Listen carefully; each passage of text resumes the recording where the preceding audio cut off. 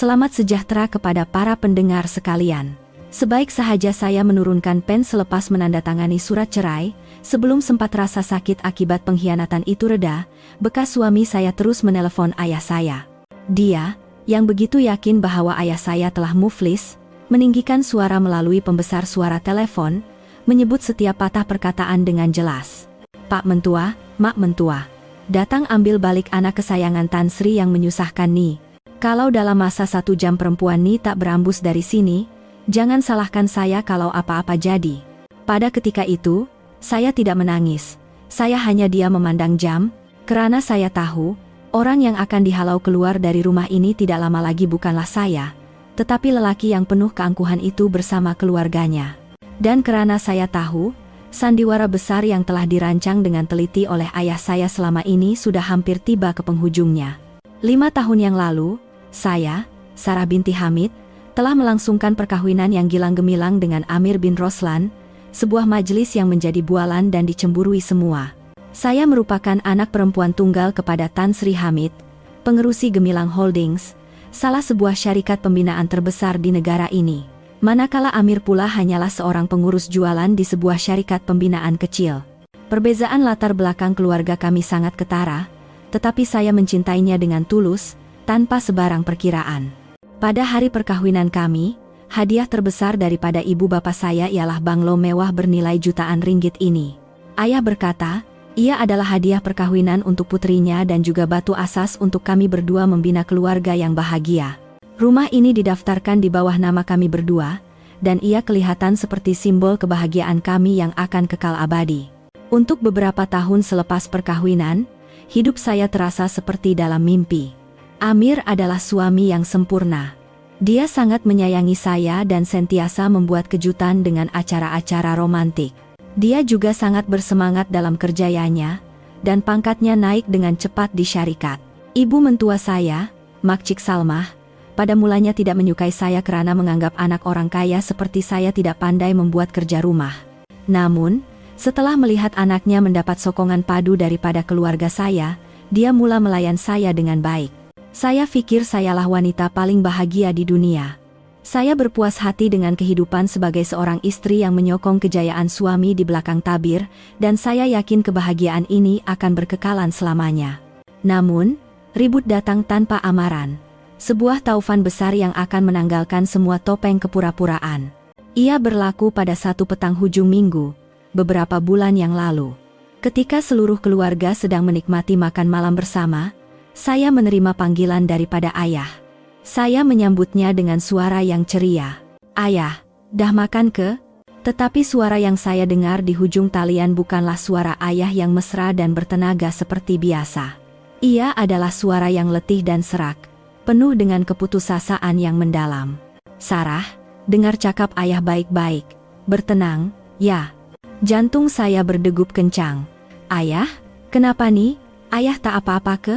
Saya mendengar ayah mengeluh panjang. Syarikat dah muflis. Muflis. Telinga saya menjadi bingit. Saya tidak percaya dengan apa yang baru saya dengar. Bagaimana mungkin Gemilang Holdings, gergasi yang menerajui industri pembinaan Malaysia, boleh jatuh bangkrut? Ayah bergurau, kan? Tanya saya tergagap-gagap. Ini bukan gurauan. Ayah terlalu percayakan orang. Ayah laburkan semua duit dalam satu proyek hantu. Semua harta ayah lesap. Bank dah mula kejar ayah untuk kutip hutang. Rumah, harta, semua akan kena sita. Ayah minta maaf, Sarah. Ayah dah tak boleh bagi apa-apa lagi pada kamu. Telepon bimbit terlepas dari tangan saya dan jatuh ke lantai. Dunia saya terasa runtuh. Amir dan ibu mentua saya memandang saya dengan kebingungan, tidak faham apa yang sedang berlaku. Sarah, kenapa nih? Apa kata Tan Sri? Tanya Amir dengan nada risau. Saya tidak dapat menjawab.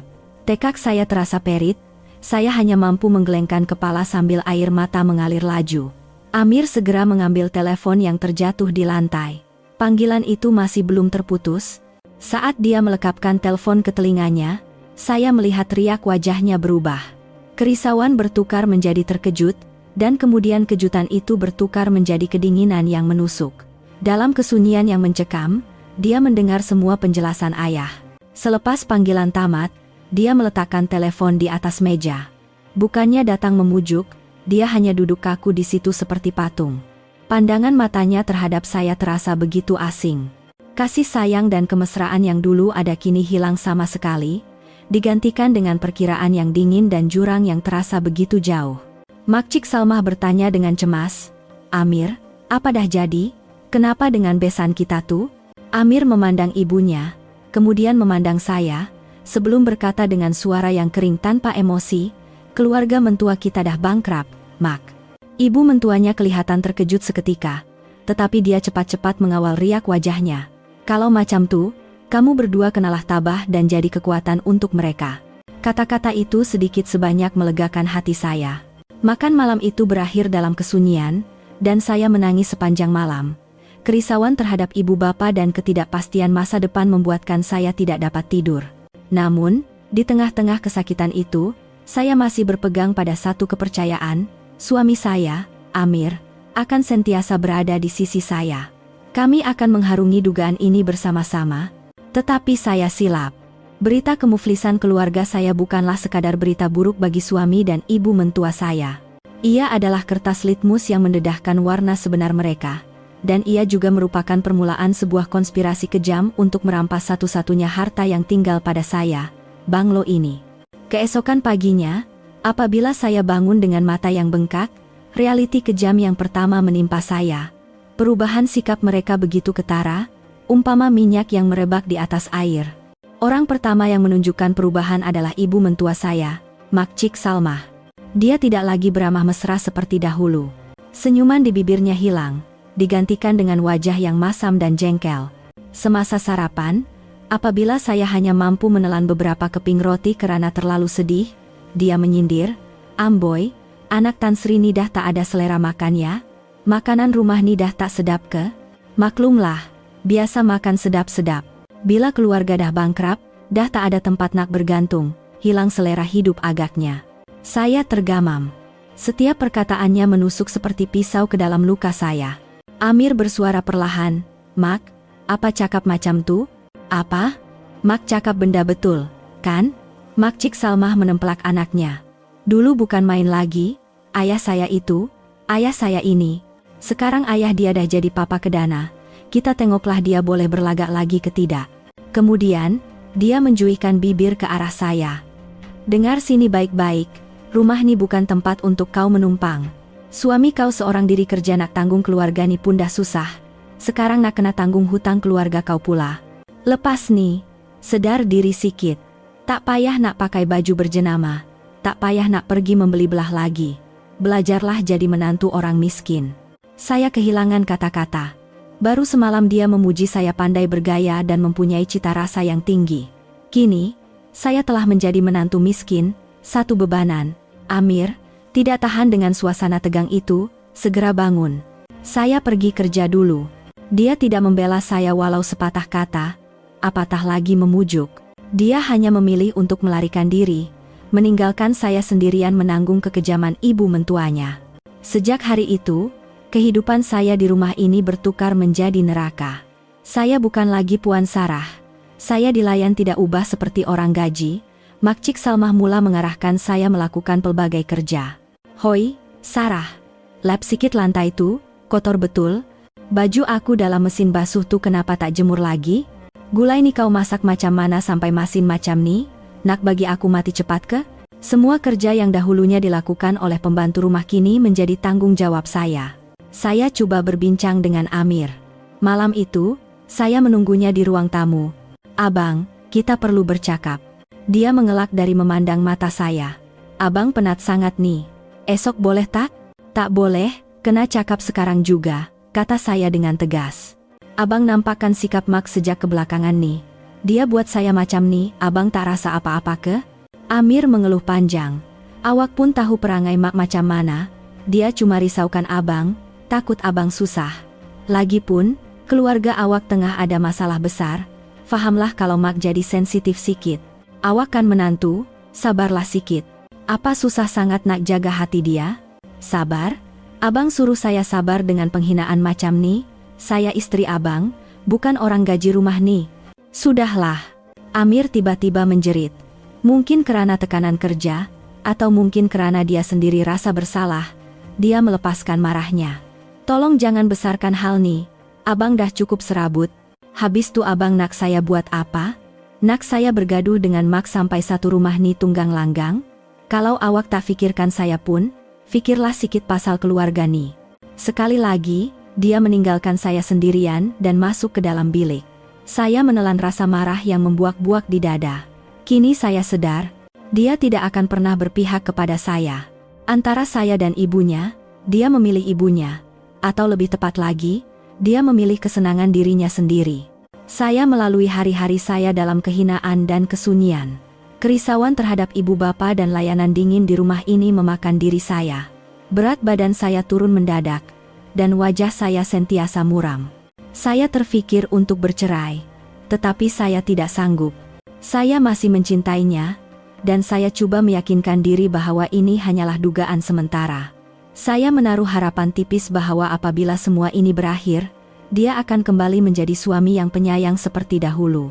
Tetapi saya tidak tahu, ketika saya sedang menahan derita dalam harapan yang sia-sia, suami dan ibu mentua saya sedang merancang sebuah konspirasi yang jauh lebih kejam. Sebuah rancangan untuk merampas satu-satunya harta yang tinggal pada saya. Kira-kira seminggu selepas kejadian menimpa keluarga saya, pada satu malam, selepas makan malam yang sunyi seperti biasa, Amir memanggil saya ke bilik bacaan. Sikapnya agak aneh. Wajahnya yang tegang dan dingin telah hilang, digantikan dengan sikap yang luar biasa mesra dan prihatin. "Sarah, mari duduk sini." Dia menepuk-nepuk tempat duduk di sebelahnya. Saya sedikit terkejut, tetapi saya duduk di sebelahnya dengan berhati-hati. Dia menuangkan segelas air untuk saya dan memegang tangan saya. "Abang tahu awak banyak makan hati kebelakangan nih. Abang minta maaf, abang terlalu fikirkan diri sendiri, tak jadi peneman untuk awak. Tapi jangan risau, abang dah fikir masak-masak. Walau sesusah manapun, abang tak akan tinggalkan awak dan keluarga mentua abang." Mendengar kata-kata manisnya selepas dilayan dingin sekian lama membuatkan hati saya yang terluka cair serta-merta. Api harapan mula menyala kembali. Mungkin dia benar-benar sudah insaf, pikir saya. Dia menyambung dengan riak wajah yang tulus. "Abang dah jumpa kawan-kawan dan rakan niaga abang beberapa hari ini untuk cari jalan tolong ayah, tapi hutang dia terlalu besar, semua orang kata susah." Dia mengeluh seolah-olah menanggung beban yang berat. "Tapi, abang ada satu cara. Mungkin agak berisiko, tapi inilah satu-satunya cara untuk bangkitkan semula ayah sekarang." "Cara apa?" tanya saya, penuh harapan. Amir memandang saya dengan pandangan penuh kasih. "Rumah kita nih, Bang Loni, kan atas nama kita berdua. Abang dah periksa, kalau kita cagarkan rumah nih pada bank, kita boleh dapat pinjaman yang besar. Mungkin beberapa juta. Dengan duit tuh, ayah boleh mulakan perniagaan semula." Saya terdiam. Mencagarkan rumah ini? Ini adalah harta kami yang paling berharga, tempat perlindungan kami. Seolah-olah dapat membaca keraguan saya, Amir menggenggam tangan saya dengan lebih erat. "Abang tahu apa yang awak risaukan. Abang tahu ini hadiah perkawinan yang sangat berharga daripada ayah. Tapi sekarang nih waktu apa? Ayah tengah dalam kesusahan, takkan kita sebagai anak nak buat tak tahu. Harta boleh hilang dan dicari ganti, tapi ikatan keluarga tak boleh dibeli dengan uang." Kata-katanya begitu mulia dan masuk akal. Dia menyerang titik kelemahan saya, rasa kasih dan tanggung jawab saya terhadap ibu bapa. "Jangan risau," dia terus meyakinkan saya. "Abang dah kira semua. Kita pinjam cukup-cukup untuk modal perniagaan ayah saja. Dengan kebolehan dan pengalaman ayah, dalam setahun dua, dia pasti boleh bayar balik modal dengan faedah sekali. Rumah kita tak akan ada masalah. Abang buat semua nih, sebab abang nak tolong awak, nak ringankan beban awak." Dia memandang saya dengan mata yang tulus. Pandangan seorang suami yang sanggup mengorbankan segalanya demi keluarga mentuanya. Saya, yang sedang buntu memikirkan nasib ayah, terus termakan dengan pujukannya. Saya percaya padanya. Saya pikir akhirnya dia telah sadar dan kembali menjadi suami yang saya cintai dahulu. "Jadi, apa yang perlu saya buat?" tanya saya. "Semua dokumen abang dah sediakan," kata Amir dengan wajah gembira. "Sebab awak pun pemilik bersama, bank perlukan tanda tangan kita berdua. Ini surat kuasa yang membenarkan abang uruskan semuanya." Esok, awak luangkan masa sekejap, tanda tangan di sini saja. Dia mengeluarkan setimbun dokumen dari beg bimbitnya dan meletakkannya di atas meja. Apabila saya memegang dokumen yang tebal itu, hati saya berasa serba salah. Di satu sisi, saya berasa sangat terharu dan berterima kasih. Ketika keluarga saya berada di ambang kemusnahan, ketika saya berasa paling sunyi dan tidak berdaya, dia tampil sebagai seorang suami, seorang ketua keluarga yang sanggup mengharungi badai bersama. Tindakannya seolah-olah menebus segala penghinaan yang saya terima daripadanya dan ibu mentuanya sepanjang minggu lalu. Mungkin saya telah salah sangka terhadapnya. Mungkin dia juga tertekan karena ibunya. Tetapi jauh di lubuk hatinya, dia masih suami yang penyayang dan bertanggung jawab. Pujuk saya pada diri sendiri. Sikap dinginnya sebelum ini mungkin karena terlalu terkejut dan risau. Kenapa? Kenapa tak tanda tangan lagi? Suara Amir menyedarkan saya dari lamunan. Dia kelihatan sedikit cemas, tetapi cepat-cepat menyembunyikannya dengan senyuman mesra. Ada apa-apa yang awak risaukan, Ke? Percayalah pada abang. Abang tak akan buat apa-apa yang akan merugikan awak. Tak ada apa-apa. Saya berasa bersalah karena meraguinya. Cuma dokumen ni banyak sangat, dan saya tak faham sangat prosedur macam ni. Saya mula membelek helaian demi helaian, semuanya penuh dengan istilah perundangan dan angka-angka yang padat. Borang permohonan pinjaman, pelan pembayaran balik, perjanjian cagaran hartanah, surat kuasa wakil, semuanya kelihatan logik seperti yang dikatakannya. Saya coba membaca dengan lebih teliti, tetapi pikiran saya terlalu kusut dengan kerisauan terhadap ibu bapa dan rasa terharu dengan tindakan suami saya tidak dapat menumpukan perhatian. Tak payah baca teliti sangat pun tak apa, kata Amir, seolah-olah menggesa. Ini semua borang standar bank, tak boleh ubah pun. Awak tanda tangan saja di tempat yang abang dah tanda. Abang kena hantar segera ikut waktu pejabat bank. Petang ni pun pasukan penilai nak datang. Kalau nak ayah dapat dana cepat, kita kena cepat. Dia menggunakan nama ayah untuk memancing saya. Kecemasannya kini kelihatan seperti semangat untuk membantu keluarga mentuanya di mata saya. Saya pikir dia tergesa-gesa karena mahu membantu ayah secepat mungkin. Pikiran itu menghilangkan sakibaki keraguan di hati saya. Saya berasa diri saya begitu egois dan berpikiran sempit karena meragui ketulusan suami saya dalam keadaan begini. Baiklah, maafkan saya. Saya berkata dengan rasa bersalah yang tulus. Saya mengambil pen. Dia telah menandakan dengan teliti tempat-tempat yang perlu ditandatangani menggunakan nota lekat berwarna kuning. Saya tidak lagi membaca isinya, hanya mencari halaman yang ditanda dan menulis nama saya. Saya menandatanganinya dengan jelas dan kemas. Menandatanganinya dengan sepenuh kepercayaan dan harapan saya terhadap lelaki ini. Tanpa saya sadari, di antara helaian-helaian dokumen yang banyak itu, terselit satu dokumen maut yang sedang menanti tanda tangan saya. Saya tidak melihatnya.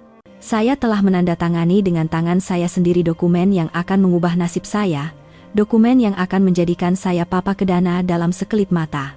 Sebaik sahaja saya selesai menandatangani, Amir segera mengumpul semua dokumen itu dan memeriksa tanda tangan saya sekali lagi. Wajahnya berseri-seri dengan kegembiraan. Pada masa itu, dengan naifnya saya pikir kegembiraan itu adalah karena dia dapat membantu keluarga mentuanya. Selesai. Dia memeluk saya dengan erat. Jangan risau, semuanya akan baik-baik saja sekarang. Abang janji. Abang tak akan biarkan ayah dan ibu awak terus menderita. Saya membalas pelukannya sambil menitiskan air mata keharuan. Pada saat itu, saya percaya saya telah mendapatkan semula suami saya yang dahulu.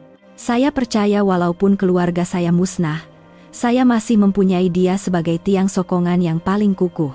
Saya tidak tahu bahwa itu adalah kebahagiaan palsu.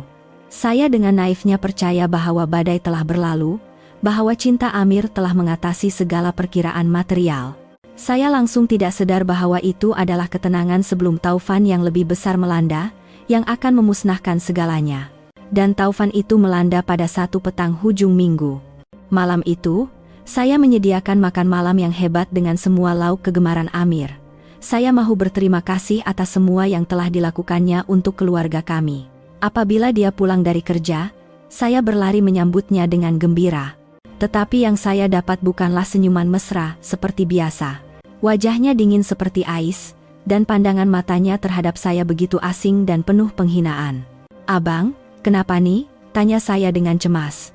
Tanpa menjawab, dia melintasi saya dan terus masuk ke ruang tamu.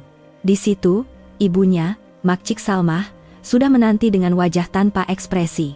"Duduk," kata Amir dengan nada keras. "Ada benda nak cakap." Saya mula berasa tidak sedap hati. Jantung saya mula berdegup kencang.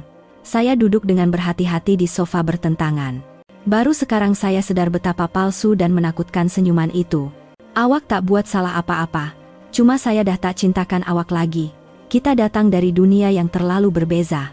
Saya dah tak sanggup hidup dengan perempuan yang ada banyak beban keluarga macam awak." "Beban keluarga?" Baru seminggu yang lalu dia berjanji akan menanggung beban itu bersama-sama. Air mata saya mula mengalir. Tak mungkin. Mesti ada salah faham. "Abang, pandanglah saya. Ini Sarah." Tetapi dia tidak memandang saya. Dia hanya memandang dingin ke arah dokumen di atas meja. "Tanda tangan? Jangan buang masa saya."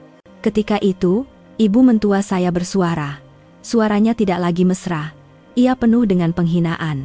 "Anak aku dah cakap macam tu pun kau tak faham-faham lagi ke?" Dia menjuihkan bibirnya. "Tengoklah diri kau tu. Mak bapak dah bangkrut, kau pun bukan lagi putri orang kaya. Kau ingat anak aku bodoh kena pikul beban macam kau ni seumur hidup?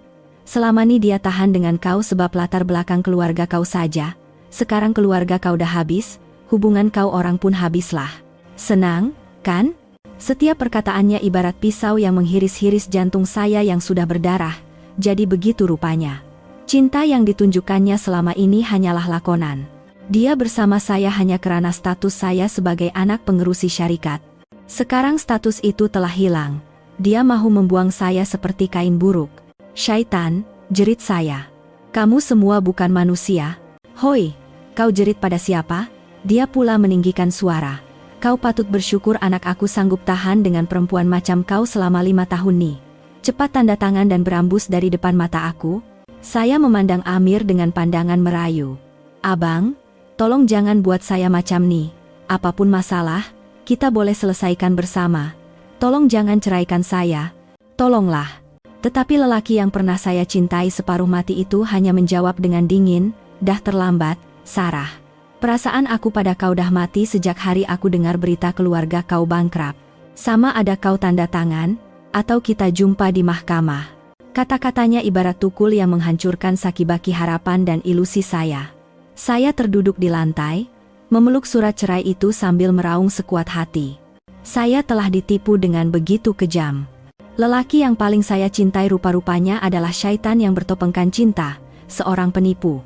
Dia dan ibunya telah melakonkan sebuah sandiwara untuk mempergunakan saya, merampas harta saya, dan akhirnya membuang saya tanpa belas kasihan. Saya menangis sehingga air mata saya kering. Tetapi di tengah-tengah kesakitan yang amat sangat itu, kemarahan yang dingin mula membuak. Saya mungkin bodoh kerana mempercayai cinta, tetapi saya tidak akan membiarkan mereka terus memijak-mijak saya. Saya mengesat air mata dan bangun. Saya mengambil pen dan menulis nama saya di atas surat cerai itu. Tanpa sebarang keraguan, saya menandatanganinya dengan tegas. "Baik, kita bercerai." Amir dan ibunya kelihatan sedikit terkejut dengan perubahan saya. Tetapi saya menyambung dengan suara yang tegas. "Rumah ini hadiah perkahwinan daripada ayah saya. Walaupun kita bercerai, saya tak akan keluar dari sini. Ini masih rumah saya." Mendengar kata-kata saya, Amir dan Makcik Salmah saling berpandangan, kemudian mereka ketawa terbahak-bahak, satu tawa yang penuh dengan penghinaan dan simpati. "Rumah kau?" Amir ketawa sehingga berair matanya. Sarah, kau ni naif sampai tahap menyedihkan. Kau betul-betul ingat kau masih ada hak atas rumah ni lepas kita bercerai?" Dia mengeluarkan satu lagi file dari beg bimbitnya dan melemparkannya ke hadapan saya. "Tengok sendiri. Tanda tangan siapa nih?" Dengan tangan yang terketar-ketar, saya mengambil dokumen itu, dan dunia saya runtuh sekali lagi. Ia adalah surat ikatan penyerahan hak milik, dan di bawahnya, tertera dengan jelas tanda tangan saya. Barulah saya sadar identiti sebenar timbunan dokumen yang saya tanda tangani tempo hari, perangkap yang saya masuki dengan rela. "Kau tipu aku." Saya meluru ke arahnya seperti binatang yang tercedera, tetapi dia menolak saya dengan mudah, dan saya jatuh terjelopok di lantai. "Tipu? Sepatutnya kau cakap kau yang bodoh. katanya sambil memandang rendah kepada saya dengan pandangan seorang pemenang. Dah tanda tangan serahkan rumah pada suami dengan tangan sendiri, sekarang nak salahkan siapa? Rumah ni sekarang hak milik aku sepenuhnya. Kau tak ada hak 1 sen pun. Saya terbaring di lantai, hancur sepenuhnya. Saya telah kehilangan segalanya, kehilangan suami, kehilangan kepercayaan, dan kini, kehilangan rumah. Saya telah ditipu dengan cara yang paling kejam. Setiap hari menanti tarikh perbicaraan ibarat berada di dalam neraka. Saya tinggal di rumah saya sendiri, tetapi dilayan seperti seorang banduan. Saya adalah duri dalam daging yang perlu dibuang secepat mungkin. Amir dan ibunya tidak lagi berpura-pura. Mereka secara terbuka menghina dan mencaci saya. Mereka sengaja bercakap dengan kuat supaya saya dengar tentang rancangan mereka untuk mengubah suai rumah selepas sampah dibuang, tentang parti yang akan diadakan untuk meraihkan kebebasan dari beban. Setiap perkataan mereka ibarat beribu-ribu jarum yang menusuk jantung saya yang berdarah. Saya coba menghubungi beberapa firma guaman untuk mendapatkan bantuan. Tetapi selepas saya menceritakan kisah saya dan mengakui bahwa saya menandatangani surat penyerahan hak milik itu dengan tangan saya sendiri, mereka semua menggelengkan kepala dengan wajah serba salah. "Sukar, Puan," kata seorang peguam. "Bukti dokumen sangat jelas dan sudah disahkan. Selagi tiada bukti yang tidak boleh disangkal seperti rekaman audio atau video yang menunjukkan Puan ditipu atau dipaksa, hampir mustahil untuk membatalkannya. Mahkamah hanya membuat keputusan berdasarkan bukti." "Bukti? Apa bukti yang saya ada?" Semua perbincangan berlaku antara saya dan Amir sahaja, dan kata-kata manis serta layanan mesranya hanyalah lakonan yang telah hilang tanpa jejak. Saya benar-benar buntu. Saya berasa diri saya begitu bodoh dan kasihan. Bagaimana saya boleh termakan dengan lakonan yang begitu mudah?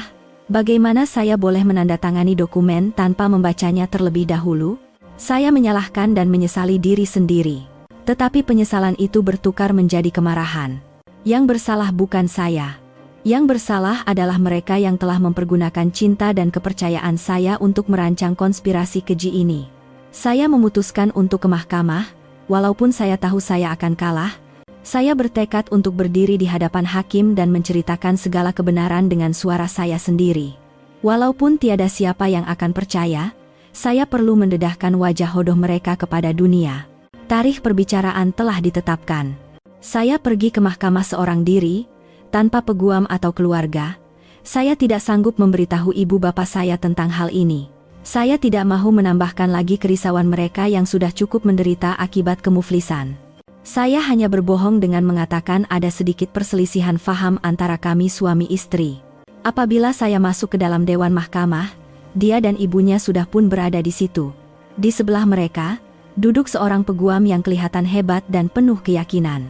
Apabila mereka melihat saya datang seorang diri, pandangan mata mereka menjadi lebih menghina dan penuh dengan rasa kemenangan. Mereka begitu yakin akan menang.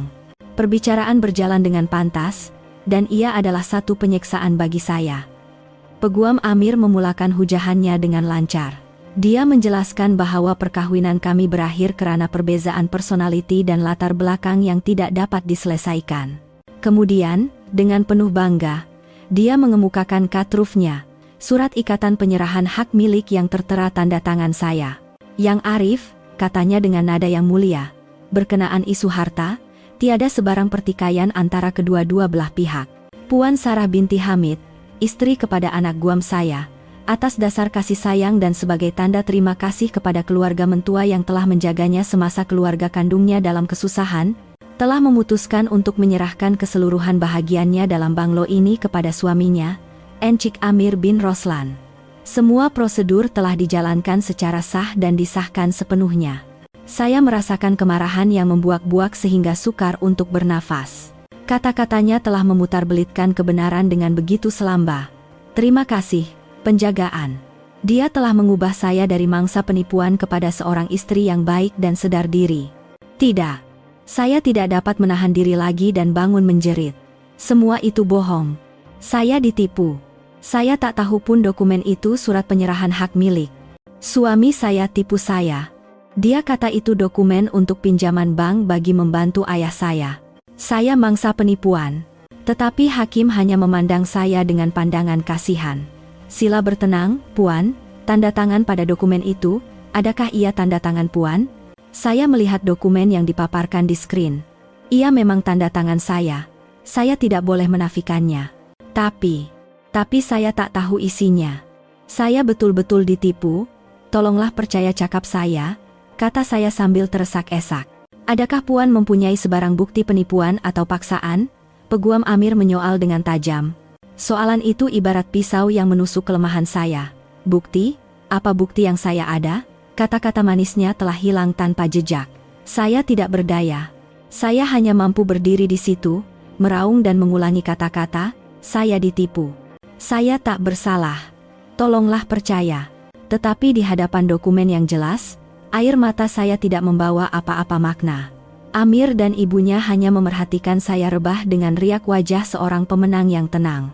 Akhirnya, perbicaraan tamat. Hakim mengetuk tukulnya. Bunyi kering itu kedengaran seperti paku terakhir yang dipasak pada keranda perkawinan dan kepercayaan saya. Setelah meneliti bukti-bukti, mahkamah mendapati bahwa perjanjian penyerahan hak milik hartanah antara Puan Sarah binti Hamid dan Encik Amir bin Roslan adalah satu perjanjian yang sah, lengkap dengan tanda tangan dan pengesahan. Pihak Puan Sarah gagal mengemukakan sebarang bukti untuk menyokong dakwaan penipuan atau paksaan. Oleh itu, mahkamah menerima permohonan cerai Encik Amir dan memutuskan bahwa banglo tersebut adalah harta milik tunggal Encik Amir bin Roslan. Saya rebah ke belakang di atas kerusi. Telinga saya berdesing dan pandangan saya menjadi gelap. Saya kalah.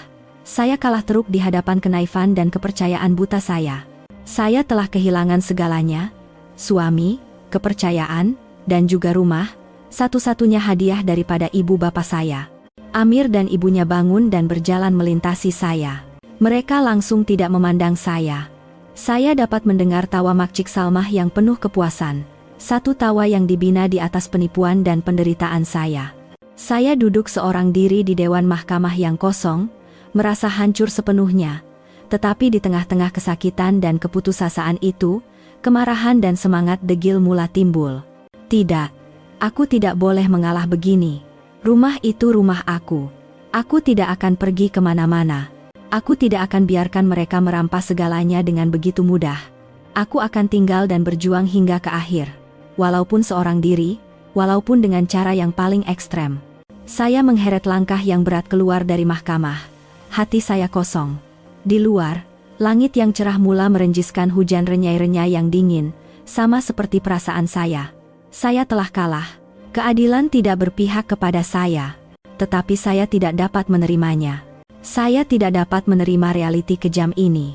Saya tidak pulang ke rumah keluarga saya. Saya tidak mahu menunjukkan wajah saya yang menyedihkan kepada ibu bapak saya. Tetapi saya juga tiada tempat lain untuk dituju. Tanpa arah, saya menahan sebuah taksi dan kembali ke banglo itu. Tempat yang pernah menjadi surga yang indah, kini telah menjadi medan perang di mana saya telah tewas. Apabila saya tiba, Amir dan ibunya juga baru sampai. Melihat saya, Makcik Salmah menjuihkan bibir dan menyindir. Kau datang sini lagi buat apa? Tak dengar ke keputusan mahkamah tadi? Ini bukan rumah kau lagi. Pekak ke. Berambus. Saya tidak berkata apa-apa dan terus masuk ke dalam, menuju ke bilik saya. Saya tidak akan pergi kemana-mana. Rumah ini adalah rumah yang diberikan oleh ibu bapak saya. Walaupun di atas kertas ia bukan lagi milik saya, bagi saya, ia tetap rumah saya. Melihat saya berkeras, Amir menghalang laluan di hadapan pintu bilik. Kau nak buat apa nih? Nak duduk sini jadi tugu? Ya. Saya mengangkat muka dan memandang tepat ke matanya. Buat pertama kalinya, saya memberinya pandangan yang mencabar. Rumah ini rumah ibu bapak saya. Ada titik peluh mereka di sini. Saya tak akan pergi kemana-mana. Kalau nak mati pun, saya akan mati di rumah ini. Saya tak akan biarkan penipu macam kamu semua dapat rumah ini dengan mudah. Kau panggil siapa penipu? Makcik Salmah yang berada di belakangnya meluruh ke hadapan dan menunding jari ke muka saya. Siapa yang makan cili, dia yang rasa pedas, balas saya dengan suara dingin. Sikap saya yang berdegil membuatkan mereka sangat marah. Tetapi mungkin karena baru pulang dari mahkamah, mereka tidak berani bertindak melulu. Bagus, Amir tersenyum sinis. Nak tinggallah, tapi jangan harap kau boleh hidup senang. Kita tengok berapa lama kau boleh tahan. Pada hari ketiga saya berkurung di dalam bilik, mungkin kesabarannya sudah sampai ke kemuncak, Amir tidak lagi membiarkan saya. Dia mengetuk pintu bilik saya dengan kuat. "Sarah, keluar sekarang." Saya tidak menjawab. "Kau tak nak keluar? Kau nak aku pecahkan pintu Nike?" Mengenali perangainya, dia memang sanggup melakukannya. Saya menarik nafas dalam-dalam dan membuka pintu. Dia berdiri dengan berpeluk tubuh, memandang rendah kepada saya dengan angkuh. "Kenapa tak berambus lagi? Betul-betul nak jadi penghuni haram kat sini? Dengar sini baik-baik, Sarah. Keluarga kau yang bangkrut tuh langsung tak setaraf dengan keluarga aku. Baik kau keluar cara baik sebelum kau kena cara kasar." Saya hanya memandangnya tanpa berkata apa-apa. Kesunyian saya nampaknya membuatkannya lebih marah. "Tak nak keluar juga, ya? Bagus." Dia mengeluarkan telepon bimbitnya dan mendial satu nomor. Nomor yang tidak akan pernah saya lupakan. Nomor ayah saya. "Halo, Pak Mentua, dengar sini ya." Dia menghidupkan pembesar suara, sengaja supaya ibunya yang berada berdekatan dapat mendengar. "Saya nih, Amir. Ada berita baik nak sampaikan. Anak kesayangan Tan Sri tu, mulai hari ini dah bukan istri saya lagi. Kami baru saja bercerai." Di hujung talian, senyap. Saya dapat bayangkan betapa terkejut dan sedihnya ayah. Jantung saya terasa seperti berhenti berdegup. Tetapi Amir tidak berhenti. Dia tersenyum kejam. "Oh, saya telepon nih bukan nak sampaikan berita saja. Pak Mentua, Mak Mentua, datang ambil balik anak kesayangan yang menyusahkan nih. Dia masih duduk kat rumah saya tak nak keluar. Katanya nak mati pun kat sini. Bagus betul Tan Sri didik anak ya. Sampai pandai menumpang rumah orang tak tahu malu." Prang! Terdengar bunyi sesuatu pecah di hujung talian. Mungkin cawan teh yang sentiasa dipegang oleh ayah. Kau cakap apa, budak?" Suara ayah bergetar menahan marah. "Saya suruh datang ambil dia balik." Amir menjerit seperti binatang gila. "Rumah kami ini bukan rumah kebajikan," nakutip anak pak tua muflis macam Tan Sri. "Saya bagi 1 jam. Kalau dalam masa 1 jam perempuan ini tak berambus dari sini, saya akan panggil orang heret dia keluar lempar ke tepi jalan. Faham?" Dia mematikan panggilan dan mencampakkan teleponnya ke atas meja. Kemudian dia berpaling kepada saya dengan senyuman kemenangan. Saya berdiri di situ, air mata mengalir. Tetapi kali ini, ia bukan air mata kelemahan. Dia bukan sahaja menghina saya, tetapi juga ibu bapak saya yang paling saya sayangi di dunia. Dia telah memijak-mijak maruah terakhir saya dan keluarga kami. Pada saat itu, segala-galanya dalam diri saya terasa runtuh. Kepercayaan, cinta, dan sisa-sisa kekuatan terakhir untuk mempertahankan apa yang dipanggil keluarga. Semuanya lenyap seperti asap. Saya berdiri di tengah-tengah ruang tamu yang mewah, menangis tanpa henti. Kemarahan, kesakitan, dan rasa tidak berdaya yang menyesakkan dada memuncak. Saya silap. Bertahan di rumah ini tidak ada gunanya. Saya pikir dengan tinggal di sini, saya sedang berjuang untuk hadiah pemberian ibu bapak saya, berjuang untuk keadilan. Tetapi tidak. Ia hanya memberi mereka lebih banyak alasan untuk menyakiti orang yang saya sayangi. Betapa luluhnya hati ayah mendengar kata-kata hinaan ini. Selepas kehilangan perniagaan seumur hidupnya, kini dia dihina dengan begitu teruk oleh bekas menantunya sendiri. Saya tidak sanggup membayangkannya lagi. Saya berasa diri saya begitu tidak berguna. Amir dan ibunya masih berdiri berpeluk tubuh, memandang rendah kepada saya dengan riak wajah yang bangga. Mereka sedang menunggu saya untuk hancur sepenuhnya, untuk mengemas barang saya dan pergi dengan penuh kehinaan. "Kenapa? Masih tak nak pergi?" Amir menjuihkan bibirnya. "Tunggu ayah kau datang." "Bagus juga. Biar Pak Tua tu tengok sendiri macam mana anak dia dihalau macam anjing. Mesti dia menyesal seumur hidup sebab salah didik anak." Setiap perkataannya adalah satu penyeksaan. Saya tidak dapat menahannya lagi. Dalam keputusasaan dan kesakitan, saya secara tidak sadar mencapai telepon bimbit saya dan dengan tangan yang terketar-ketar, saya mendial nomor ayah. Saya sendiri tidak tahu mengapa saya meneleponnya. Mungkin saya hanya mahu mendengar suaranya. Mungkin saya mengharapkan sedikit kelegaan. Atau mungkin, saya hanya mahu memohon maaf karena telah menyebabkan dia menanggung semua penghinaan ini. Sebaik sahaja deringan pertama berbunyi, ayah menjawab panggilan. "Ayah." Tekak saya sebak. Saya tidak dapat menyusun kata dan hanya mampu tersak-esak. "Sarah, jangan menangis. Di hujung talian, suara ayah langsung tidak menunjukkan kemarahan atau kekecewaan seperti yang saya jangkakan. Sebaliknya, suaranya sangat tenang, teguh, dan mempunyai satu kekuatan yang aneh. Ayah dah tahu semuanya. Saya tergamam. Segala kesedihan saya terhenti serta-merta. Anak ayah, jangan takut. Ayah memotong kata-kata saya. Semua yang dia cakap tadi, ayah dah rakam. Anak ayah, kamu dah banyak bersusah payah. Kamu dah buat yang terbaik. Kamu dah bertahan dengan berani. Suara ayah bukan lagi suara orang muflis yang letih dan tidak berdaya. Ia adalah suara singa yang telah lama berdiam diri, yang akhirnya bangkit dengan ngauman yang dalam dan berwibawa. Sekarang, dengar cakap ayah baik-baik. Ayah berkata dengan nada yang tegas, tidak membenarkan sebarang bantahan. Kamu jangan pergi kemana-mana. Duduk diam-diam dalam rumah tuh. Jangan keluar dari pintu walau selangkah pun. Sesiapa cakap apapun, buat apapun, jangan peduli. Kalau perlu, kunci pintu bilik. Faham? Ya, ayah. Saya masih keliru, tidak faham apa yang sedang dirancangkan oleh ayah. Kenapa dia begitu tenang? Kenapa dia suruh saya bertahan? Bagus. Duduk diam di situ. Dalam 30 menit lagi ayah sampai. Tapi kalau ayah datang macam mana? Dia dengan mak dia ada kat sini. Mereka tengah berlaga. Nanti mereka hina ayah. Saya menyuarakan kebimbangan. Percaya pada ayah, kata ayah ringkas. Satu ayat yang pendek itu mempunyai berat seributan, menenangkan segala kekeliruan di hati saya dan menanamkan kepercayaan yang mutlak. Panggilan pun terputus. Saya berdiri kaku memegang telepon. 30 menit lagi ayah akan sampai. Apa yang akan dilakukannya? Ayah yang telah muflis dan papa kedana, bagaimana dia akan berhadapan dengan mereka yang sedang bongkak itu? Adakah dia akan datang merayu supaya mereka memaafkan saya? Tidak mungkin.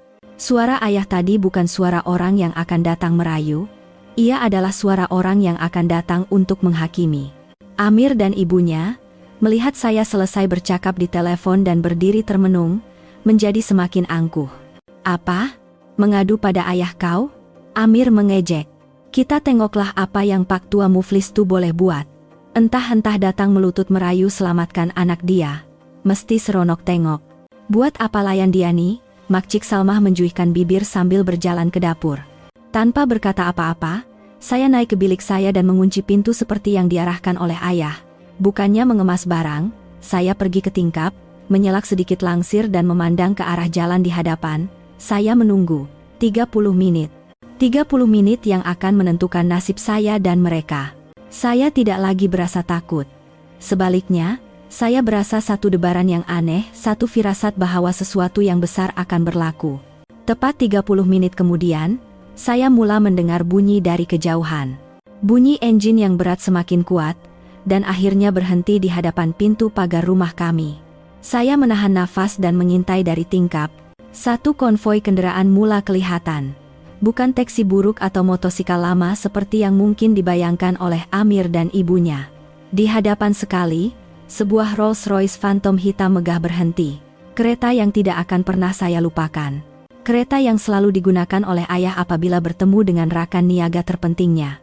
Cahaya matahari petang memancar pada badan kereta hitam yang mewah itu, menyilaukan mata. Di belakangnya, menyusul dua buah Mercedes S-Class hitam dan sebuah Velfire besar yang biasanya digunakan untuk pengawal pribadi atau membawa barang besar.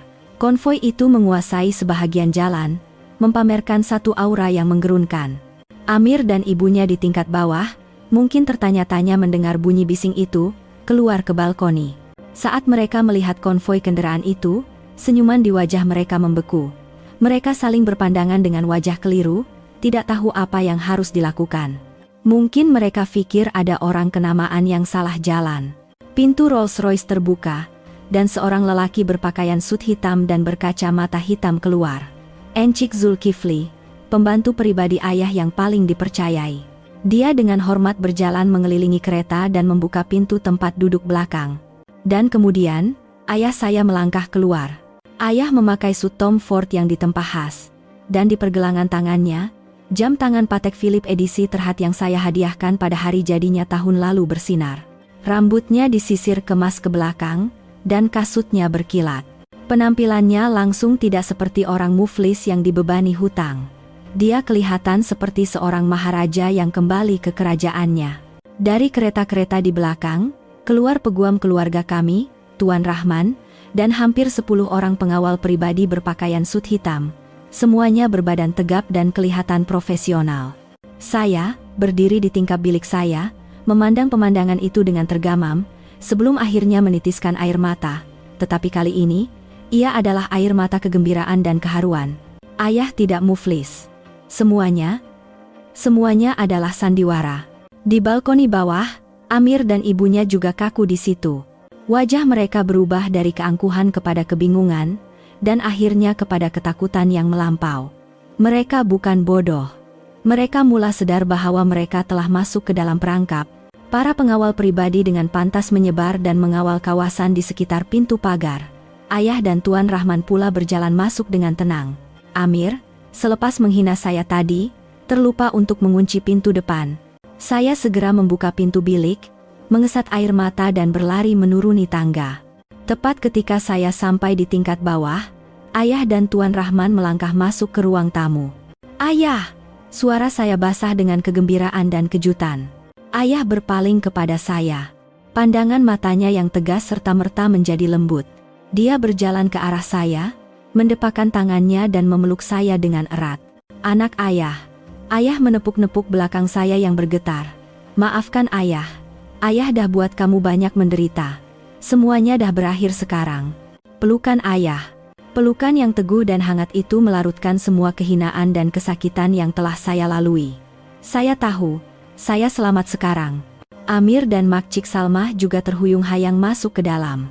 Mereka berdiri di atas tangga, memandang pemandangan di hadapan mereka dengan wajah pucat lesi dan kaki yang menggeletar. Tan Sri. Amir tergagap. Suaranya tidak lagi angkuh, hanya penuh dengan ketakutan. Macam mana Tan Sri ada di sini? Syarikat Tan Sri. Ayah melepaskan saya dan berhadapan dengan mereka. Pandangan matanya yang lembut hilang, digantikan dengan pandangan yang dingin dan tajam seperti mata pedang, seolah-olah dapat menembusi hati sesiapa sahaja. Syarikat aku? Ayah tersenyum tipis. Satu senyuman yang penuh dengan ejekan. Terima kasih sebab bertanya. Syarikat aku masih berjalan dengan baik. Malah, pagi tadi baru saja berjaya meterai satu kontrak besar di Singapura. Apa? Makcik Salmah menjerit. Tidak percaya. Tak mungkin. Bohong. Awak dah muflis. Awak sendiri yang cakap macam tu. Ya, aku sendiri yang cakap macam tu, ayah mengaku dengan tenang. Tapi itu bukan berita buruk. Itu adalah satu ujian. Ujian untuk menguji sifat sebenar manusia. Ujian. Bukan sahaja Amir dan Makcik Salmah, saya sendiri pun terkejut. Ujian, suara Makcik Salmah bergema, penuh keraguan. Dia seolah-olah masih tidak dapat menerima hakikat bahwa dia telah ditipu. Ayah, seolah-olah tidak bernilai untuk menjawabnya, duduk dengan selamba di sofa. Tempat yang sama di mana Amir duduk menyilangkan kaki dengan angkuh beberapa menit yang lalu. Ayah memberi isyarat kepada saya untuk duduk di sebelahnya. Gayanya yang santai seperti seorang raja yang duduk di singgahsananya. Tuan Rahman, tanpa berlengah, memulakan penghakiman. Dia berjalan ke meja kopi dan membuka beg bimbitnya. Encik Amir bin Roslan, dan Puan Salmah, katanya dengan suara yang sopan tetapi tanpa emosi. Sudah tiba masanya untuk kamu berdua tahu kebenaran yang sebenar. Tuan Rahman mengeluarkan satu file dengan kulit berwarna biru tua dan meletakkannya di atas meja. Ini adalah surat ikatan penyerahan hak milik hartanah yang asal, yang dibuat pada hari perkawinan kamu berdua 5 tahun yang lalu. Tan Sri Hamid, sebagai bapak pengantin perempuan, telah menghadiahkan banglo bernilai jutaan ringgit ini sebagai harta sepencarian untuk kehidupan perkawinan kamu berdua. Ya. Makcik Salmah menemplak dengan leher yang tegang. Dia seolah-olah mendapat sedikit keberanian apabila bukti miliknya disebut. Tapi Sarah, budak ni, dah tanda tangan serahkan semua bahagian dia pada anak aku. Rumah ni sekarang hak milik Amir. Mahkamah pun dah putuskan macam tu. Bukti dah jelas, jangan nak buat cerita. Dia menjerit dengan yakin, berpaut pada kemenangan di mahkamah yang baru diperolehnya. Tuan Rahman tersenyum. Senyuman yang bercampur simpati dan ejekan. Puan, jangan terburu-buru. Kemenangan di mahkamah itu mungkin hanya kemenangan sementara. Coba Puan baca dengan teliti klausa terakhir dalam perjanjian asal ini, pasal 9, perkara 3. Dia menunjuk ke satu baris ayat yang dicetak dengan tulisan yang sangat kecil di ujung halaman terakhir, di tempat yang mudah terlepas pandang jika tidak dibaca dengan teliti. Amir dan Makcik Salmah tergesa-gesa menunduk, mengecilkan mata untuk membaca. Wajah mereka yang tadinya yakin mula bertukar menjadi merah, kemudian pucat, dan akhirnya kelabu. Tuan Rahman, tanpa memberi mereka masa untuk mencerna, mula membaca dengan suara yang kuat dan jelas, seperti seorang hakim membacakan keputusan. Klausa khas, pasal 9, perkara 3, perjanjian penyerahan hak milik ini dan semua pemilikan hartanah yang terhasil daripadanya hanya mempunyai kesan perundangan mutlak selagi penerima, yaitu Encik Amir bin Roslan dan Puan Sarah binti Hamid, kekal dalam ikatan perkawinan yang sah di sisi undang-undang. Sekiranya ikatan perkawinan berakhir atas apa jua sebab, termasuk perceraian atau kematian, perjanjian ini akan terbatal secara automatik. Sebarang tindakan undang-undang seperti pemindahan hak milik, penyerahan, penjualan, atau cagaran yang dibuat ke atas hartanah ini selepas itu tanpa kebenaran bertulis dan pengesahan daripada pemberi asal, yaitu Tan Sri Hamid, adalah dianggap tidak sah, dan hak milik hartanah akan kembali secara otomatik kepada pemilik asal, yaitu Gemilang Holdings Berhad. Tidak sah? Makcik Salmah menggumam seperti orang hilang akal. Dia terhuyung-hayang dan hanya mampu berdiri setelah berpaut pada lengan anaknya. Benar, Puan, kata Tuan Rahman dengan suara dingin. Biar saya jelaskan dengan cara yang mudah difahami. Surat penyerahan hak milik yang Encik Amir pegang, yang kamu berdua anggap sebagai harta karun itu, telah menjadi sekeping kertas buangan sebaik sahaja kamu berdua bercerai secara rasmi. Ia tidak mempunyai sebarang kesan perundangan lagi. Tak mungkin. Amir tidak dapat lagi menahan diri, menjerit. Ini perangkap, kamu semua perangkap kami. Ini klausa yang tak masuk akal. Mana ada undang-undang macam ni? Tuan Rahman tersenyum lagi. Encik Amir, nampaknya Encik tidak arif tentang undang-undang. Ini adalah satu klausa yang sah sepenuhnya, dikenali sebagai pemberian bersyarat. Apabila kamu berdua menandatangani perjanjian ini, kamu dianggap telah bersetuju dengan syarat tersebut. Encik tidak boleh mendakwa tidak tahu. Lagipun, pada masa itu, peguam pihak Encik juga telah meneliti perjanjian ini dan mengesahkan tiada sebarang masalah dari segi undang-undang. Amir terdiam. Barulah dia teringat, pada hari perjanjian itu, dia terlalu mabuk dengan kegembiraan menerima hadiah harta yang begitu besar daripada bapa mentuanya sehingga langsung tidak mengambil peduli tentang butiran klausa. Dia telah berjalan masuk ke dalam perangkap dengan sendirinya, sebuah perangkap undang-undang yang direka dengan begitu teliti. Habis itu keputusan mahkamah macam mana? Makcik Salmah coba berpaut pada sisa-sisa harapan terakhir.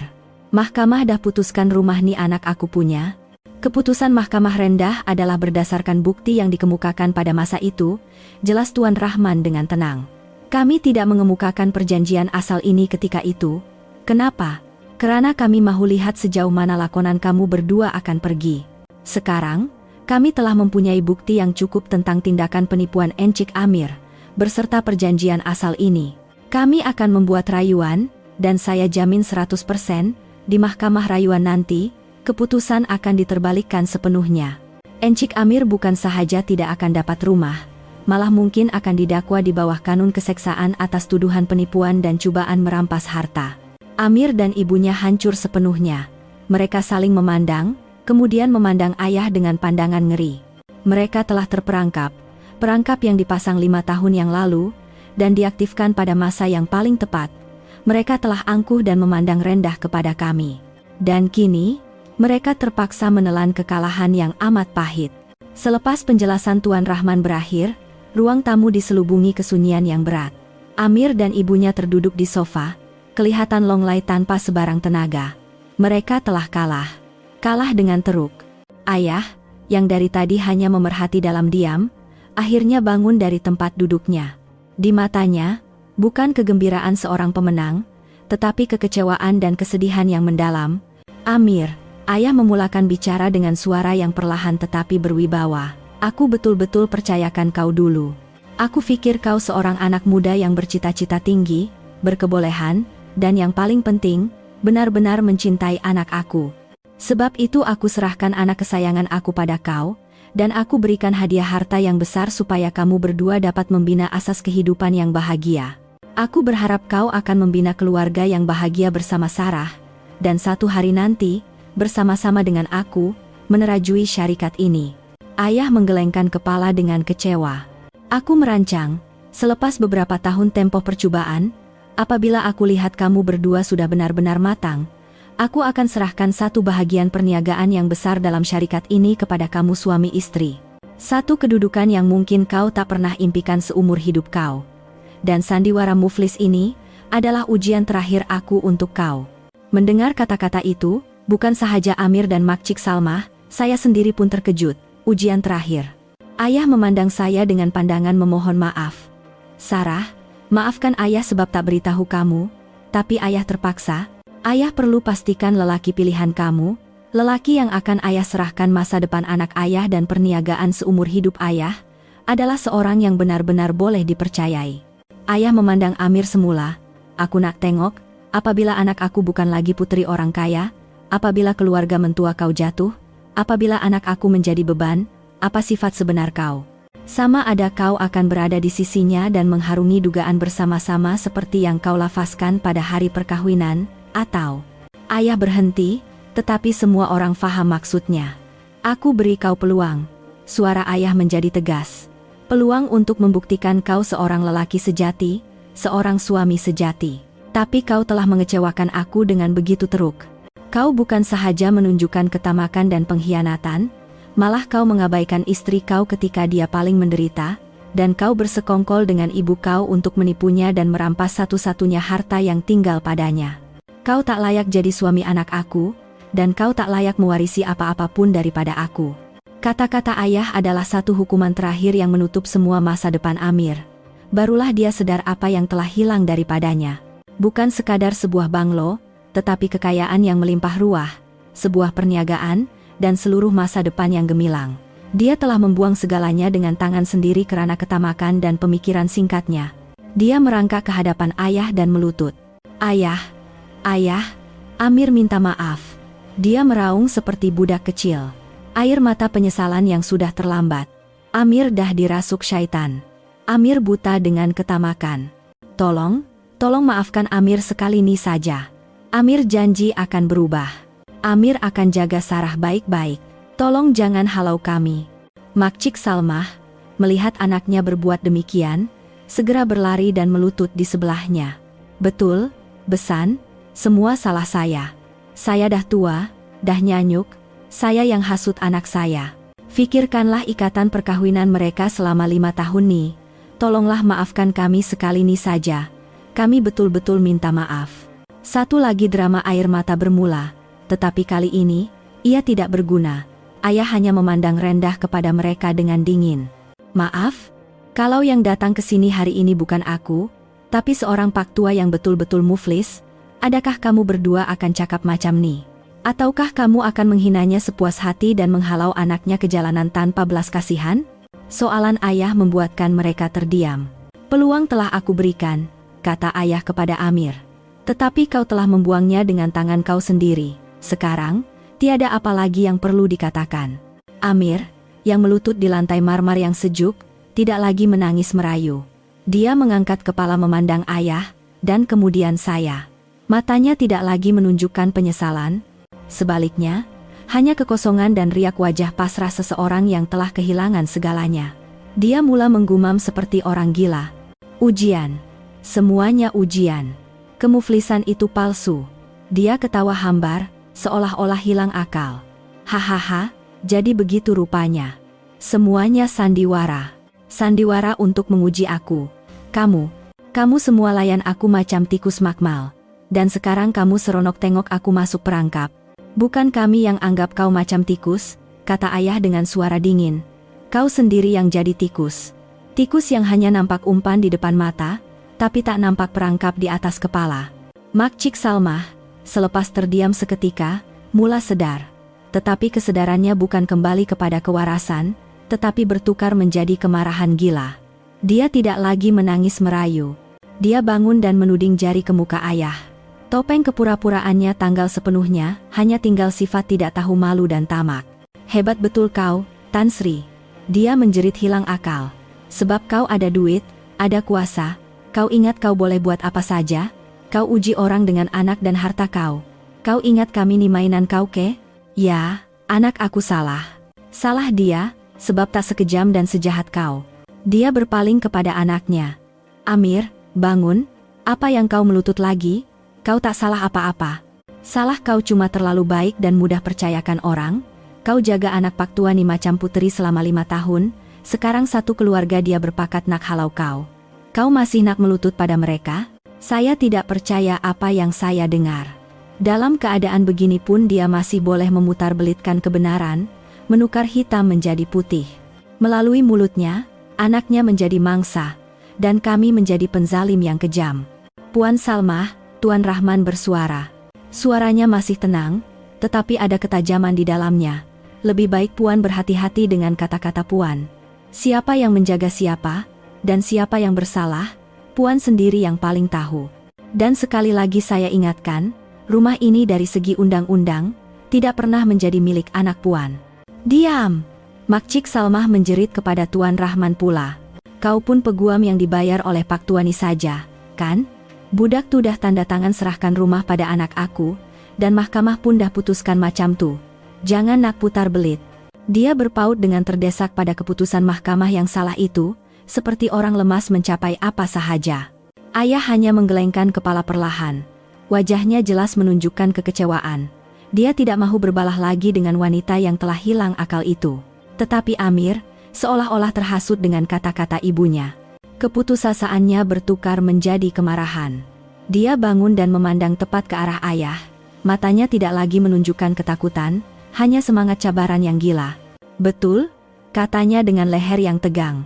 Tan Sri betul, saya kalah dalam ujian Tan Sri. Tapi jangan bangga sangat. Rumah ni mahkamah dah putuskan hak milik saya. Walaupun ada klausa hasial tu, keputusan mahkamah masih sah. Nak batalkan? Tak semudah itu. Kita jumpa di mahkamah rayuan nanti. Kita tengok sama ada duit Tan Sri boleh menang lawan kebenaran. Dia kini mengugut kami. Dia menggunakan keputusan mahkamah yang telah dijatuhkan sebagai senjata, percaya bahwa dia masih mempunyai peluang. Dia telah dibutakan oleh ketamakan, tidak sedar dunia ini tidak seperti yang disangkanya. Saya memandang lelaki yang pernah saya cintai di hadapan saya dengan rasa pahit. Dia langsung tidak menunjukkan penyesalan. Dia memilih untuk berjuang hingga ke akhir. Ayah memandang Amir dan Makcik Salmah silih berganti. Dia langsung tidak marah, hanya tersenyum dingin. Bagus.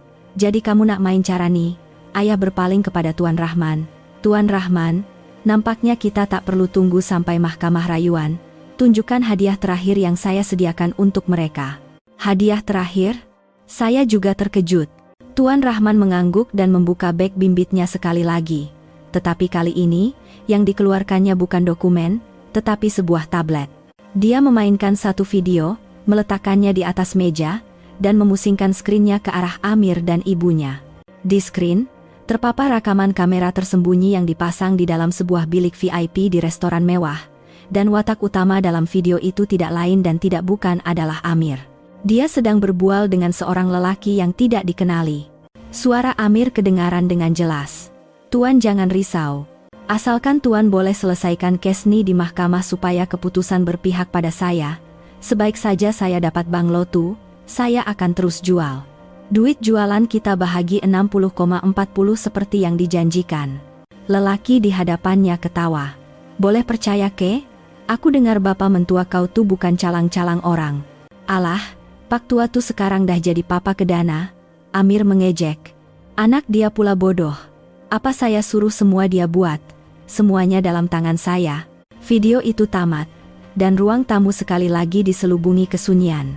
Tetapi kali ini, ia adalah kesunyian maut. Makcik Salmah memandang anaknya dengan mata terbeliak, tidak percaya. Anaknya bukan sahaja menipu istrinya, tetapi juga berpakat dengan orang mahkamah, coba membeli keadilan dengan uang. Wajah Amir pucat lesi. Dia merenung skrin tablet itu, seluruh badannya menggeletar. Macam mana kamu dapat video nih? Kau ingat kenalan yang kau ada?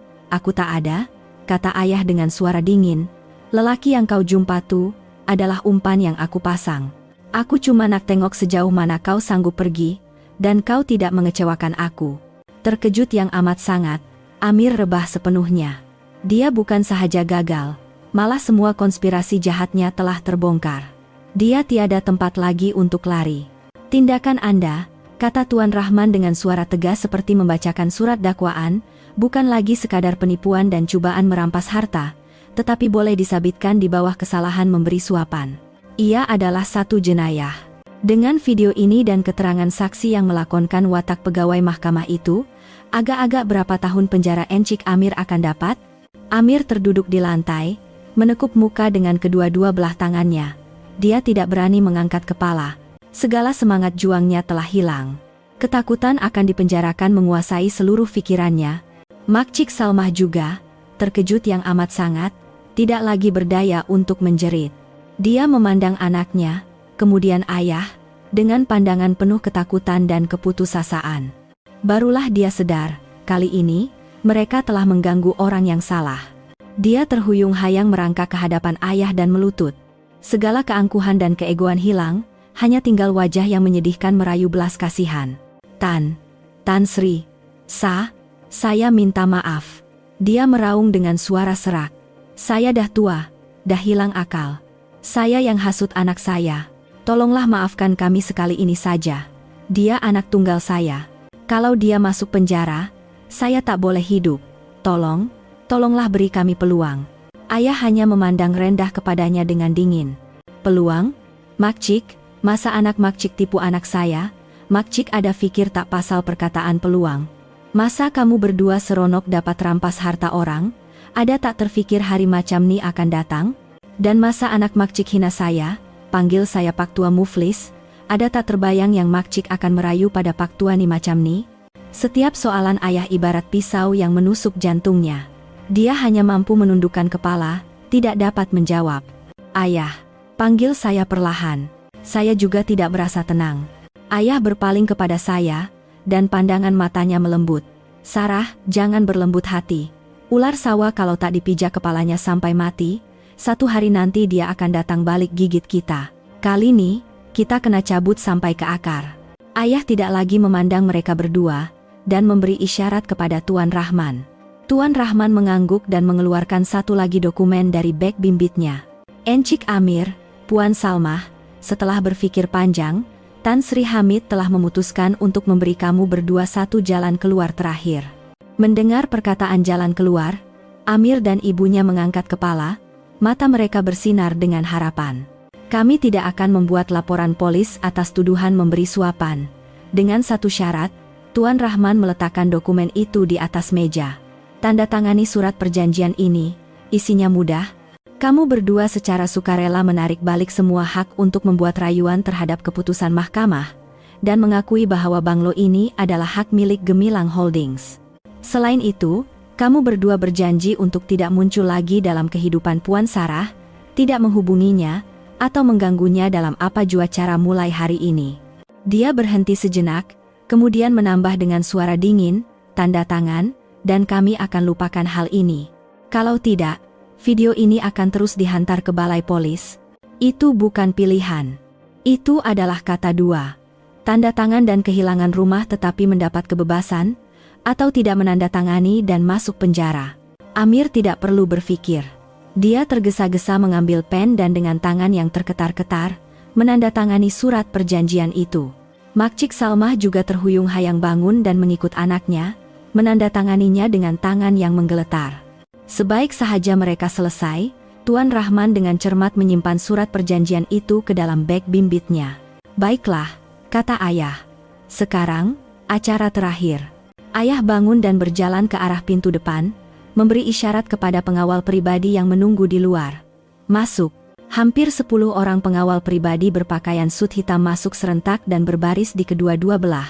Kehadiran mereka membuatkan udara di ruang tamu menjadi berat. Tuan Rahman, kata ayah. Bacakan baki kata dua tadi. Tuan Rahman mengangguk. Atas permintaan pemilik sah banglo ini, Puan Salmah dan Encik Amir dikehendaki mengosongkan rumah ini dalam masa 1 jam dari sekarang. Tiada apa-apa yang boleh dibawa keluar selain barangan pribadi. Semua perabot dan aset di dalam rumah ini kini adalah hak milik Gemilang Holdings. Ayah berpaling kepada ketua pasukan pengawal pribadi. Encik Badrul, tolong bantu mereka berdua kemas barang. Ingat, hanya barangan pribadi. Baju, kasut, macam tu, yang lain semua tinggal. Kalau lepas 1 jam mereka masih tak keluar, iringi mereka keluar dengan sopan. Baik, Tan Sri. Dan proses pengusiran yang paling memalukan pun bermula.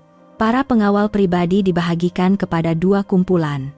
1 kumpulan mengiringi Amir dan ibunya ke tingkat atas, manakala kumpulan yang lain membawa masuk kotak-kotak besar dan mula mengemas. Mereka bergerak dengan pantas seperti profesional. Pakaian, seluar dalam dari almari Amir dan Makcik Salmah dikeluarkan dan dicampakkan ke dalam kotak. Kasut, beg tangan, alat solek, semuanya menerima nasib yang sama. Tiada sedikit pun rasa hormat atau simpati. Makcik Salmah, melihat barangan berjenama kesayangannya dilayan seperti sampah, mukanya menjadi pucat. Dia coba menghalang, tetapi 2 orang pengawal pribadi menghalangnya dengan pandangan dingin. Maaf, Puan, arahan Tan Sri. Amir hanya berdiri kaku di sudut, tidak melawan langsung. Seluruh proses pengusiran ini berlaku di hadapan saya, dan di hadapan jiran-jiran yang ingin tahu yang mula berkumpul di luar pintu pagar. Kabar angin bahwa rumah Amir diserbu oleh Samseng kerana hutang mula tersebar dengan cepat. Tepat 1 jam kemudian, semua barangan pribadi Amir dan ibunya dimuatkan ke dalam beberapa kotak. Encik Amir, Puan Salmah, masa sudah tamat, kata Tuan Rahman. Sila keluar. Amir dan ibunya, membawa beberapa kotak, berjalan dengan longlai ke pintu depan. Apabila melintasi saya, Amir berhenti seketika. Dia mengangkat kepala dan memandang saya buat kali terakhir. Matanya bercampur aduk antara penyesalan, kesakitan, dan sedikit dendam. Saya hanya memalingkan muka dengan dingin. Mereka melangkah keluar dari pintu pagar di tengah-tengah pandangan ingin tahu dan bisikan jiran-jiran. Pintu besi yang berat itu perlahan-lahan tertutup di belakang mereka, menamatkan episode paling gelap dalam hidup saya. Selepas Amir dan ibunya dihalau, banglo yang luas ini menjadi sunyi sepi, tetapi ia bukan kedamaian, sebaliknya kekosongan yang dingin. Bau minyak wangi mahal Makcik Salmah, bunyi TV yang dipasang kuat oleh Amir, semuanya hilang. Yang tinggal di ruang tamu hanyalah saya, ayah, dan kesan-kesan peninggalan mereka yang tergesa-gesa. Ayah datang dan meletakkan tangannya di bahu saya. Semuanya dah berakhir, Sarah. Saya mengangguk, tetapi air mata yang saya tahan akhirnya tumpah. Bukan kerana kasihan pada mereka, tetapi saya menangis untuk diri saya sendiri. Menangisi 5 tahun usia muda saya yang sia-sia, menangisi kepercayaan saya yang dipijak-pijak. Saya silap, kan, ayah? Saya teresak-esak. Saya terlalu bodoh percayakan dia. Ayah memeluk saya. Bukan, kamu tak silap. Kamu cuma terlalu baik, yang salah bukan kamu, tapi hati manusia yang sukar diduga. Sudahlah menangis, ini akan jadi pengajaran yang sangat mahal untuk kamu. Kamu kena jadi kuat, anak ayah. Malam itu, saya tidak dapat tidur. Wajah Amir ketika dihalau, pandangan matanya yang putus asa, sentiasa terbayang. Daripada berasa puas, saya hanya berasa sedih. Kalaulah dia tidak begitu tamak. Kalaulah dia tahu bersyukur dengan apa yang ada. Mungkin kami tidak akan berakhir dengan begitu tragis. Untuk beberapa hari seterusnya, saya tinggal bersendirian di banglo itu. Ayah, selepas menyelesaikan semua urusan, terbang semula ke Singapura untuk urusan kerja. Dia kata saya perlukan ruang untuk berpikir dengan tenang dan memulihkan luka. Kabar angin tentang keluarga Amir dihalau tersebar dengan cepat. Jiran-jiran, kawan-kawan, semuanya berbisik. Kebenaran tentang sandiwara kemuflisan ayah dan konspirasi penipuan Amir juga mula tersebar sedikit demi sedikit. Orang tidak lagi memandang saya sebagai wanita malang yang ditinggalkan suami. Sebaliknya, mereka memandang saya dengan rasa hormat dan sedikit rasa kagum. Beberapa hari kemudian, saya menerima panggilan daripada seorang kawan lama yang bekerja di syarikat yang sama dengan Amir. Sarah, kau dah dengar cerita? Bekas suami kau, si Amir tuh, dah kena pecat. Suaranya penuh dengan keterujaan. Saya sedikit terkejut. Menurutnya, selepas kes itu diketahui umum, reputasi Amir hancur sama sekali. Tiada syarikat yang mahu mengambil pekerja yang sanggup menipu keluarga mentua untuk merampas harta. Syarikatnya, Mungkin karena tekanan awam dan juga pengaruh ayah, telah membuat keputusan untuk memecatnya dengan serta-merta. Bukan itu saja, sambung kawan saya. Aku dengar mak dia pengsan masa kena halau hari itu, masuk hospital lepas tu terus balik kampung. Kesian betul nasib mereka. Memang balasan setimpal, kan? Mendengar kata-kata itu, hati saya tidak berasa apa-apa. Itu adalah harga yang perlu mereka bayar untuk ketamakan dan kejahatan mereka. Saya pikir kisah kami akan berakhir begitu sahaja. Masing-masing membawa haluan sendiri dan tidak akan bertemu lagi. Tetapi saya silap. Kira-kira seminggu kemudian, pada lewat malam ketika saya sedang bersiap untuk tidur, loceng pintu berbunyi. Jantung saya terasa berhenti berdegup apabila saya melihat skrin intercom. Ia adalah Amir. Dia berdiri di bawah cahaya suram di anjung. Keadaannya sangat menyedihkan. Sut kemasnya telah bertukar menjadi kemeja yang renyuk, dan rambutnya yang sentiasa rapi kini kusut masai. Wajahnya cengkung, dan matanya merah dan sembab, seolah-olah tidak tidur beberapa hari. Dia bukan lagi lelaki yang penuh keyakinan dahulu. Dia hanyalah seorang lelaki yang gagal, yang telah kehilangan segalanya. Saya tidak mahu membuka pintu. Tetapi melihat keadaannya yang menyedihkan, sisa-sisa belas kasihan terakhir mula timbul. Saya membuka pintu sedikit. "Ada apa?" tanya saya dengan dingin. Dia tidak menjawab, hanya memandang saya, kemudian tiba-tiba melutut. "Sarah, abang minta maaf." Dia mula menangis. Tangisan seorang lelaki yang telah kehilangan segalanya. "Abang salah, Sarah. Abang betul-betul salah. Abang buta dengan ketamakan. Abang jadi macam binatang. Binatang bertopengkan manusia. Abang tak layak minta maaf pun.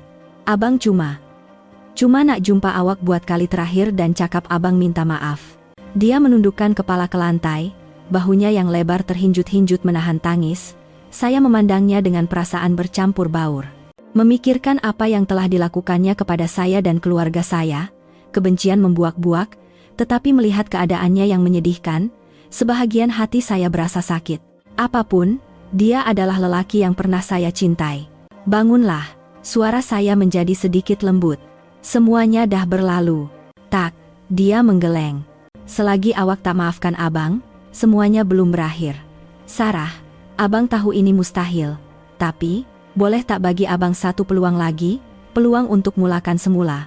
Abang janji akan berubah. Abang akan cari kerja lain, kerja kuat, dan bayar balik semua pada awak. Kita rujuk balik, boleh?" "Rujuk?" Saya berasa seperti mahu ketawa. Saya tidak percaya dalam keadaan begini pun dia masih boleh berkata begitu. "Semula, Amir, awak ingat semuanya boleh kembali seperti dulu dengan begitu mudah? Cermin yang dah pecah tak boleh dicantum balik. Kepercayaan saya, awak sendiri yang dah hancurkan." Saya memandang tepat ke matanya. "Amir, awak tahu tak? Perkara yang paling menyakitkan saya bukanlah bila awak tipu saya untuk rampas rumah ni. Tapi bila awak hina ayah saya. Masa ayah saya paling lemah, awak pijak maruah dia. Itu satu perkara yang saya tak akan maafkan seumur hidup saya."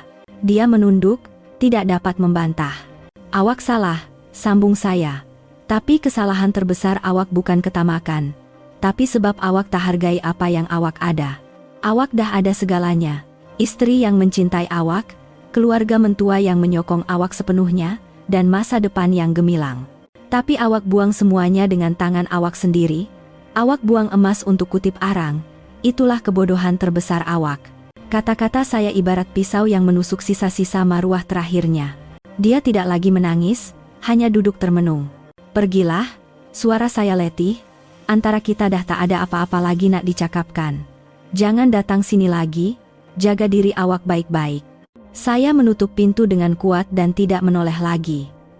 Bersandar di belakang pintu, air mata saya mengalir lagi. Tetapi kali ini, bukan air mata kemarahan. Ia adalah air mata terakhir untuk melepaskan cinta yang pernah ada, untuk menutup satu episode pahit dalam hidup saya. Harga sebuah pengkhianatan bukan hanya kehilangan material. Ia adalah keruntuhan pribadi, rasa bersalah yang menghantui, dan kesunyian yang akan menemani seumur hidup. Amir telah membayar harga yang sangat mahal, dan saya juga telah mendapat satu pengajaran yang tidak akan saya lupakan. Selepas pertemuan terakhir malam itu, Amir tidak pernah muncul lagi di hadapan saya. Saya dengar dia telah meninggalkan bandar dan pulang ke kampung bersama ibunya. Tanpa kerja, tanpa rumah, dan tanpa masa depan yang jelas, mereka terpaksa memulakan hidup dari bawah semula. Di tengah-tengah ejekan dan cemuhan saudara mara dan jiran tetangga, ia pahit, tetapi itulah kesudahan yang setimpal dengan perbuatan mereka. Dan saya, selepas melalui kejutan yang hebat, tidak terburu-buru untuk menjalin hubungan baru. Saya memberi masa untuk diri saya sendiri, menumpukan perhatian untuk memulihkan luka di hati. Banglo yang luas ini, yang pernah menjadi saksi kebahagiaan dan tragedi, kini menjadi ruang yang sunyi untuk saya mencari semula keseimbangan. Saya menjual separuh perabot yang mahal tetapi dingin itu, dan menggantikannya dengan pasu-pasu bunga hijau dan karya seni. Menjadikannya sebuah rumah yang sebenar, ruang untuk saya seorang. Ayah, selepas M. Didik menantu pengkhianatnya, tidak lagi memaksa saya untuk terlibat dalam pengurusan syarikat. Sarah, kamu dah lalui badai yang terlalu besar. Sekarang, buatlah apa yang kamu betul-betul suka. Ayah akan sentiasa menyokong kamu dari belakang, dan saya kembali kepada minat saya, seni bina. Tetapi kali ini, saya tidak bekerja di syarikat besar. Saya membuka firma reka bentuk saya sendiri yang kecil. Saya mengkhususkan diri dalam proyek-proyek untuk kepentingan awam, rumah untuk golongan berpendapatan rendah, sekolah untuk anak-anak di pedalaman, bangunan mesra alam. Saya mahu menggunakan bakat saya bukan hanya untuk membina bangunan yang tidak bernyawa, tetapi untuk mencipta nilai yang baik untuk masyarakat. Kesibukan kerja dan pengembaraan ke tempat-tempat baru membantu saya melupakan masa lalu yang pahit. Saya bertemu dengan ramai orang, melihat pelbagai ragam kehidupan. Saya sadar, betapa besarnya pun penderitaan saya, ia hanyalah secebis kecil berbanding penderitaan lain di dunia. Kesadaran itu menjadikan saya lebih kuat dan pemaaf. Beberapa tahun kemudian, apabila firma saya sudah agak stabil, saya secara tidak sengaja bertemu semula dengan seorang rakan sekuliah saya.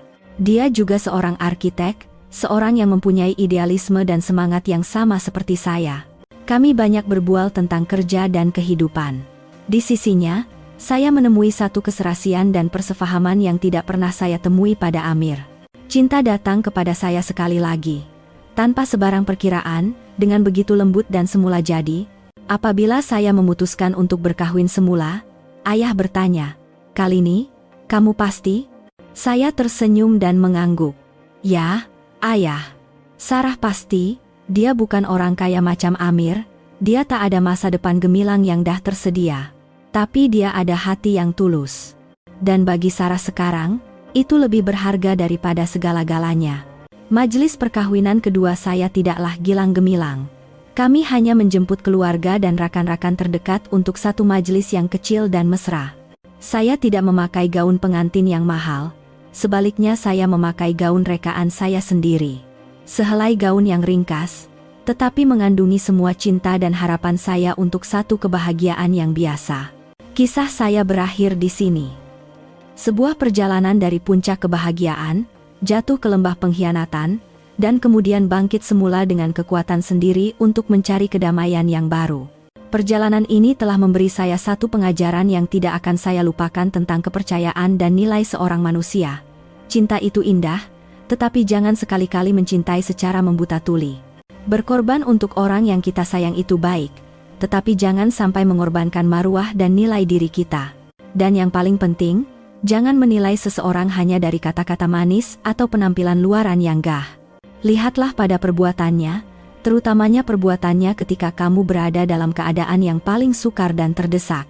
Karena hanya selepas melalui badai, barulah kita tahu pokok mana yang teguh akarnya, dan pokok mana yang hanya dahan yang reput. Kebahagiaan sejati bukanlah harta yang melimpah atau masa depan yang terjamin. Kebahagiaan itu kadangkala adalah ketenangan pikiran, menjadi diri sendiri, dan berada di sisi orang yang menghargai kamu walaupun ketika kamu tidak mempunyai apa-apa. Terima kasih kerana sudi mendengar kisah saya yang panjang ini.